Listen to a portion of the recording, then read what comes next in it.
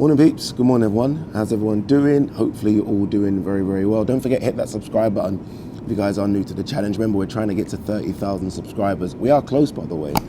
I think we're on something like 28,900 or something along those lines. So we are very, very close. But if you haven't subscribed, please do. You can probably tell that my voice is a bit croaked up. Last night was a bit of a crazy night. Obviously, so many sort of pre-Super Bowl parties. And yes, I got myself involved in a lot of them. Hence the glasses. It's not because the sun is shining, it's because my eyes are like that. They're tiny right now because it was a long, long night. I've just got up. It's just gone 8:30 in the morning here in wonderful, sunny LA. Obviously, today is Super Bowl. We head to the Super Bowl in about 3 hours. I still can't believe I'm going to the Super Bowl, by the way. Honestly, I can't. So it should be fun. I'm looking forward. You know, I'm looking forward to it, the Super Bowl. I'll tell you this, because obviously there's the glitz and the glamour and all the pyrotechnics, and they're going to do, I guess, planes flying over the SoFi Stadium. What's the atmosphere like? That's what I'm really sort of keen to find out. Is it like a football match? You know, like a football match, you can't beat a football match atmosphere. You can't. Or a big boxing fight, even a small one. Atmosphere is crazy. What's the atmosphere like tomorrow, or today, should I say? I'm looking forward to it. All right, what I do want to talk about is Danny Jacobs versus John Ryder. We'll talk about the card in its entirety, actually, but the main thing is Danny Jacobs, John Ryder. Straight off the bat, I scored that fight 8-4 to Danny Jacobs. I could do 7-5, but that's as close as I can go. I can't give you a draw. I certainly can't give you a John Ryder win. I can't. And look, I'm a big John Ryder fan. I think he was harshly dealt a blow when he fought Callum Smith. I thought he won that fight. I remember going online and screaming about it and typing and going mad, but I didn't think he won this one. I didn't. So look, I'm happy that he's got a big win, but I always want the right man to win, and he didn't win last night. I thought Danny Jacobs won the first 6 rounds, and comfortably, by the way. I thought Danny Jacobs looked pretty good. He really did. And at that time, when Danny Jacobs was clearly outboxing John Ryder, I was like, okay, there's levels to this. But John Ryder's got to close the gap, close the distance, not have a boxing match, be, I guess, what his nickname is, the gorilla, really go on his chest and start fighting. And he did that in the second half of the fight. And I thought he won a few rounds, but then I also thought that Danny Jacobs maybe won a couple of the championship rounds. I thought he did, hence why I gave it to Danny Jacobs. I don't want to call it a robbery, because if you've been watching boxing as long as I've been watching boxing, then you know what a robbery is. But there's no way. There's no way you can give that to John Ryder. There isn't. Honestly, there isn't. And people might say, well, you know, if you're saying 8-4, 7-5, it's a close fight. Yeah, there is a close fight, but I can't find 7 rounds in there for John Ryder. I can't. I want to. As a John Ryder fan, I want to, but I can't find it. Look, Danny Jacobs clearly slowed in the second half of the fight, like clearly slowed. And that's the good work of John Ryder, who clearly is a better down the stretch fighter now. I think he's vastly improved on that. It could be a case of that's it for Danny Jacobs. Like, Danny Jacobs ain't that guy anymore. And I kind of said in the lead up to the fight that he wasn't going to be that guy.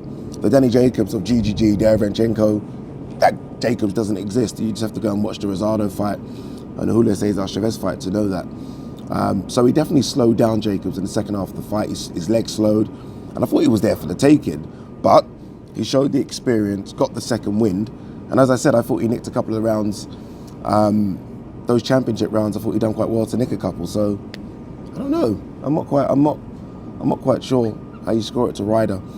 And I guess, look, we always want to see the big American fighters come over here. But when you listen to these fighters in interviews, they're always like, oh, I don't think I'm going to get a fair shake in the UK. And we don't. It's kind of rare now to see a big American name fight in the UK. It's kind of rare. Look, dodgy judging happens all over the world, but it seems to happen quite a lot in the UK. Like in the last couple of years, there's been a couple of decisions where you're like, it's just impossible. Like, it's just impossible. Like, even, look, in the end, the right man won, but Joseph Parker, Derek Chisora, remember that scoring? It was ridiculous, it really was. What next for both? For Danny Jacobs? Unless, look, Danny Jacobs has got a name, so there still are potential fights for him in the States. I'm not quite sure if there's any deals or any fights left on his deal with Matchroom and DAZN. I doubt there is. But he's still a name in the States. He'll look at it when he goes home and settle to robbery, and on that basis, he'll probably get another couple of big fights, or fights nonetheless. I don't think there'll be a rematch. I know 160 was really tight for Danny Jacobs, but it just doesn't look the same at 168. Very much like Billy Joe Saunders. Like all of Billy Joe Saunders' skills at 168 just seem a bit like the speed is a lot slower. He's not as sharp, and I feel like that with Jacobs as well. He can't make 160. Clearly, 160 is difficult, but 168 is just not a good division for him. But look, he'll get fights. For John Ryder, I'm not sure. Look, it puts him closer to a world title shot. That's what a win over Danny Jacobs does. It does that for you. But I'm not quite sure what happens with John Ryder. I mean, I wouldn't mind seeing him against Lerone Richards. I mean, Lerone Richards is, the IBO super middleweight title. They're both with Matchroom and DAZN. It's an easy fight to make. Billy Joe Saunders rematch is out there as well. I mean, there are some fights for him, but once you get to that very top table, I just don't think he has enough. As the helicopter goes apart, I don't think he has enough at the very top table. But look, nonetheless, it's a really good win for him, and I am happy because I felt like in a couple of big fights in his career, he's been on the wrong end of a couple of dodgy decisions. But now he's on the right end. So I guess it swings and roundabouts, right? Felix Cash.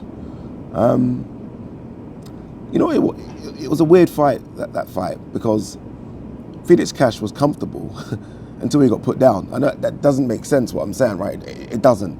I'm contradicting myself. But I thought Felix Cash showed why everyone talks about him highly. You could see why. He's very, very sharp, spiteful, aggressive. Like, he's got literally most boxes ticked. But then he gets caught with silly shots, doesn't he? Like, he gets caught with silly shots. And against someone that's a big puncher, because Madiev isn't, you can look at his record, he isn't, he's in trouble, isn't he?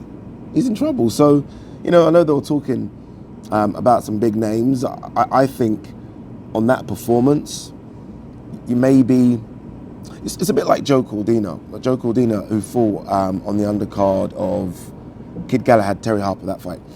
Now, there's a lot of talk about Joe Cordina fighting for a world title if he were to look impressive. I think now they're thinking, okay, let's not put Joe Cordina in with Ogawa next. Let's wait a couple more. And I feel like Felix Cash, not that they were talking world title fights, Felix Cash, but I feel like they were going to really fast track Felix Cash after that performance. Yes, it's a win. I had him winning it by a point, by the way, just a point because of the knockdowns and the point taken off. You maybe want to rein it in a little bit and maybe have a couple more at that level. I mean, look, he had pretty much a non-existent 2021, so he can be busy in 2022. So maybe 2 or 3 more at that level, and then at the end, or 2 more, apologies, and at the end of the year, starting of 2023, you then really go to that kind of fringe world level fights. That's what I think. Elly Scotland, a bit fortunate maybe to get the result. I did say on my preview video, did I? I think I did. Sometimes I don't even know where I am with these videos. But I did say that I think she gets tagged a bit, Elly Scotland. Such a good boxer, likes to impress, needs to slow it down a little bit for me. Everything seems to be a bit rushed. Like, just slow it down. And she could do very well. And I know, look, it's Clarissa Shields, who I'm going to mention, by the way, but she could do very well. And just watching how Clarissa Shields is so patient that there's no need to kind of throw 3s and 4s sometimes. Just stick a 1, stick a jab, 1, 2. Just slow it down a little bit, Elly Scotland. But look, in the end, she gets a win.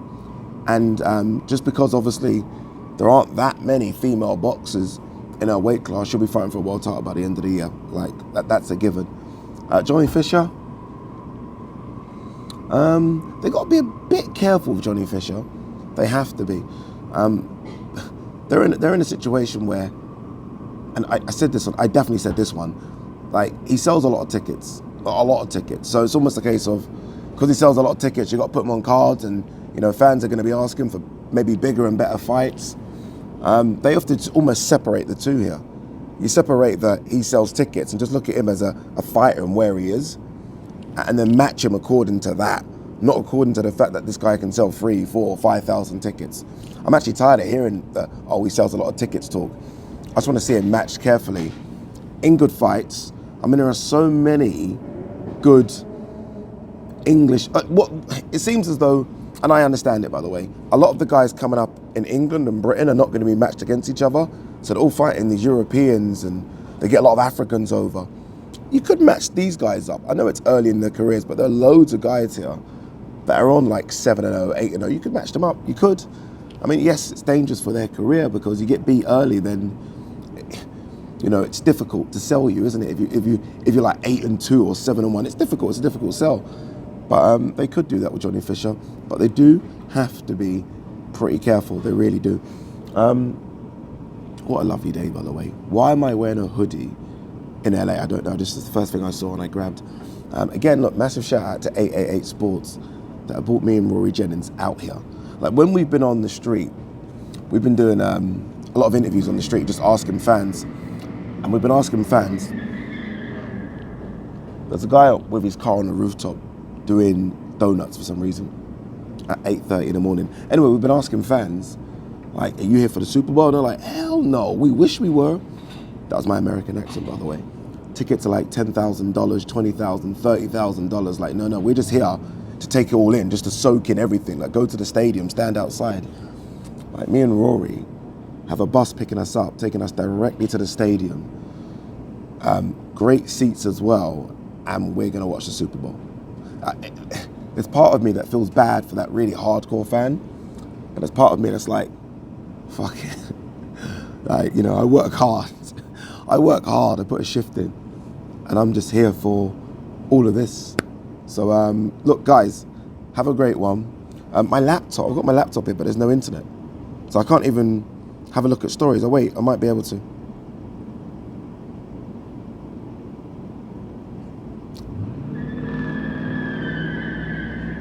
I think I can get on. No, it's just too slow where I am. It's too slow, unfortunately.